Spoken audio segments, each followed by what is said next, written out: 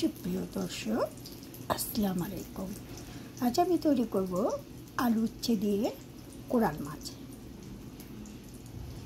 মাছটাকে খুব ভালো করে ধুয়ে নিয়েছি। ধুয়ে লবণ, হলুদ, মরিচ মেখে রেখেছি। এখন ভেজে নিব।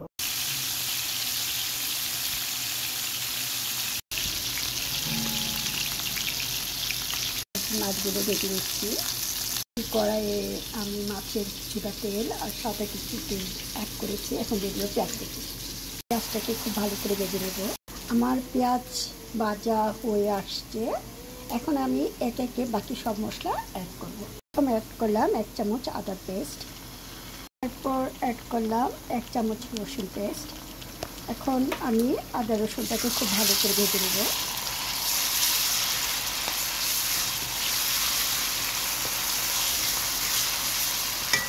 যেন আদা রসুন থেকে কাঁচা স্মেলটা বের হয়ে আসে।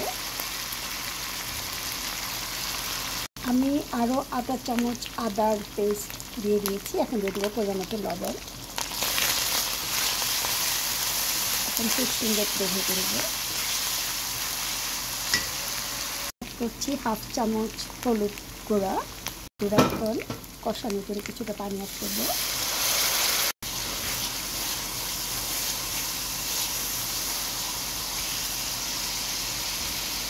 মশলাটা সুন্দর কষে আসছে। এখন আমি অ্যাড করব আলু আর উচ্ছে।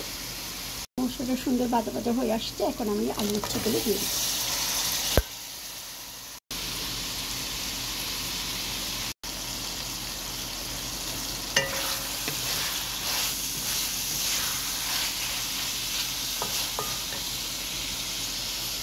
এখন কিছুটা ঝালের জন্য আমি অ্যাড করব কিছু কাঁচামরিচ। আমার আলু উচ্ছেটা সুন্দর কষে আসছে। এখন অ্যাড করব গরম পানি।